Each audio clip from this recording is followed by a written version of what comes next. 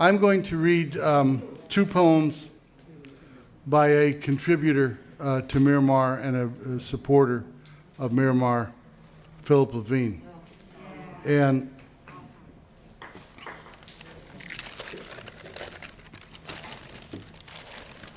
Phil had poems in number one.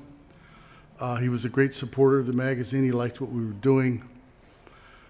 We have a section in Miramar called Recoveries that was one brilliant idea I came up with that Gary didn't actually have to do anything about.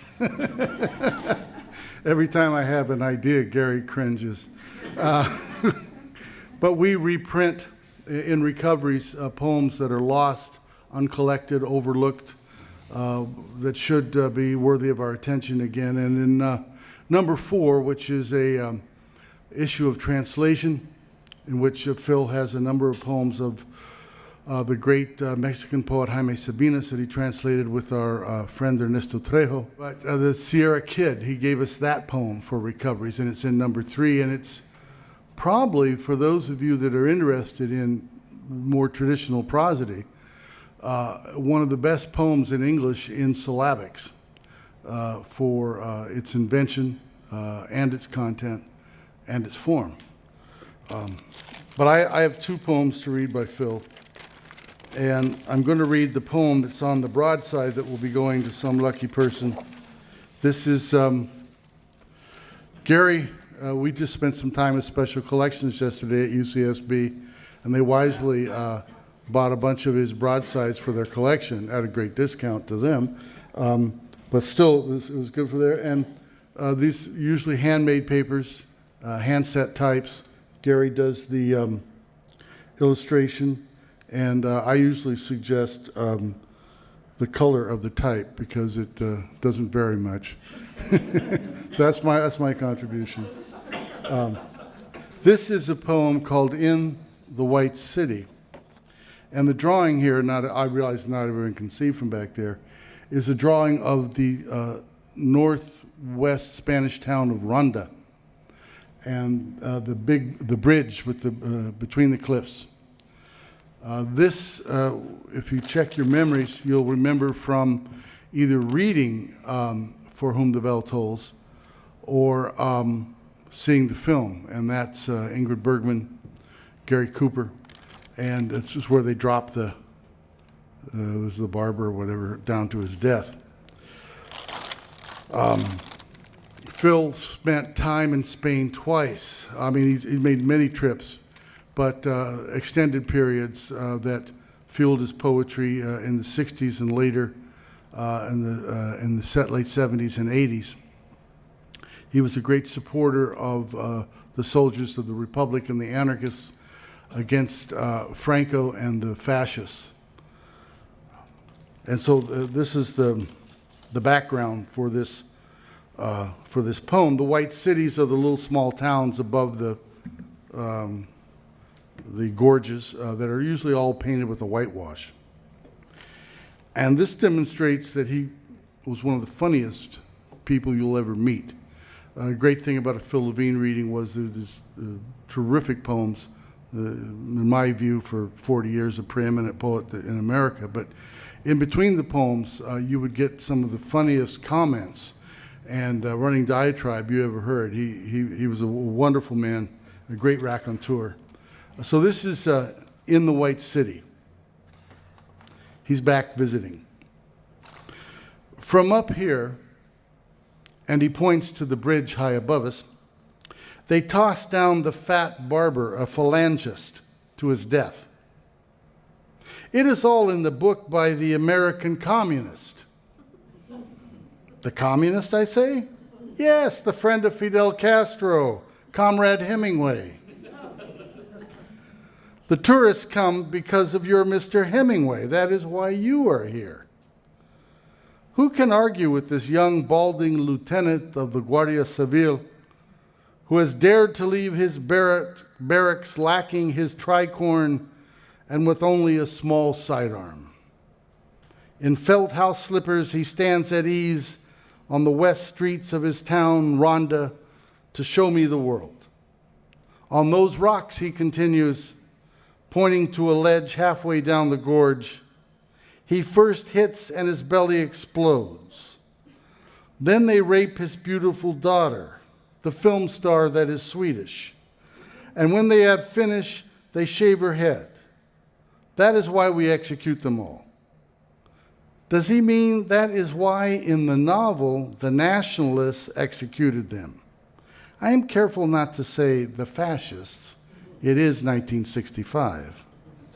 No, executed them here in life or death. He smiles at his little joke. Up there on the bridge, and he points again, by military firing squad, one at a time properly. That is why the whole town must witness and learn. It is educational. But I insist the death of the phalangists was merely in a novel that made no effort to be true to events, una novela, a fiction, a bestseller. The lieutenant enjoys this repartee. He's amused by my innocence. He shakes his head. He is discreet and patient with this visitor to his ancient city that boasts the first Plaza de Toros in the New World. You Americans, and he suppresses his laughter. You think because he was a famous Red, he could not tell the truth? They do not give Nobel Prizes to liars.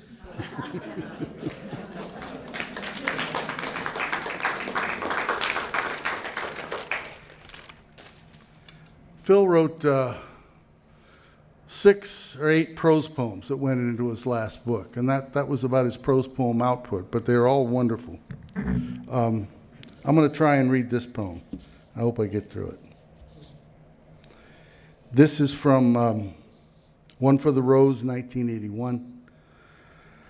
It's called Belief, and the thing, if you were reading the obits, many of them out there, they very closely resembled all of the journal reports that came out when he was selected as Poet Laureate for 2011-2012. And journalists not reading much poetry borrow from each other, enunciate the obvious, quote the same people and the same lines. The great Whitman, voice for the voiceless, the representative of the working class, and all that's true and good. And some of his best work. They ignore completely probably 30 to 40% of Phil's best poems, which were very metaphysical, very spiritual in a secular sense, not orthodox in any sense, in which he goes beyond narrative, in which they are visionary and vatic to an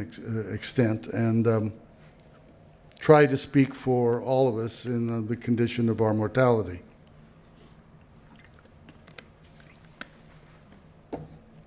Belief. No one believes in the calm of the north wind after a time of rage and depression. No one believes the sea cares nothing for the shore, or that the long, black, volcanic reefs that rise and fall from sight each day are the hands of some forgotten creature trying to touch the unknowable heart of water. No one believes that the lost breath of a man who died in 1821 is my breath, and that I will live until I no longer want to, and then I will write my name in water as he did, and pass this breath to anyone who can believe that life comes back again and again without end, and always with the same face. The face that broke in daylight before the waves at Depot Bay, curling shoreward over and over, just after dawn as the sky cracked into long, slender fingers of light. And I heard your breath beside me, calm and sweet, as you returned to the dark, crowded harbor of sleep. That man will never return. He ate the earth and the creatures of the sea and the air, and so it is time he fed the small, tough patches of grass that fight for water and air between the blocks of the long walk to and from school. It is time that whatever he said began first to echo and then fade in the mind of no one who listened, and that the bed that moaned under his weight be released, and that his shoes curl upward at last and die, for they too were only the skins of other animals, not the bear or tiger he prayed to be, before he knew he too was an animal, but the slow ox that sheds his flesh so that we might grow to our full height, the beast no one yearns to become, as young men dream of the sudden fox threading his way up the thick hillside, and the old of the full-bellied seal, whiskered, playfully wise. At the beach in Castle de Fels in 1965, a stout man in his bare socks stood above two young women stretched out and dressed in almost nothing. In one hand he held his vest, his shoes, and his suit jacket, and with the other he pointed to those portions of them he most admired. And he named them in the formal, guttural Spanish of the Catalan gentleman. He went away with specks of fine sand caught on his socks to remind him that to enter the fire is to be burned, and that the finger he pointed would blacken in time and probe the still earth, root-like, stubborn, and find its life in darkness. No one believes he knew all this and dared the sea to rise that moment and take him away on a journey without end, or that the bodies of the drowned collect light from the farthest stars and rise at night to glow without song. No one believes that to die is beautiful, that after the hard pain of the last unsaid word, I am swept into a calm out from shore and hang in the silence of millions for the first time among all my family, and that the magic of water which has filled me becomes me, and I flow into every crack and crevice where light can enter. Even my oak takes me to heart. I shadow the yard where you come in the evening to talk while the light rises slowly skyward. And you shiver a moment before you go in, not believing my voice in your ear, and that the tall trees blowing in the wind are sea sounds.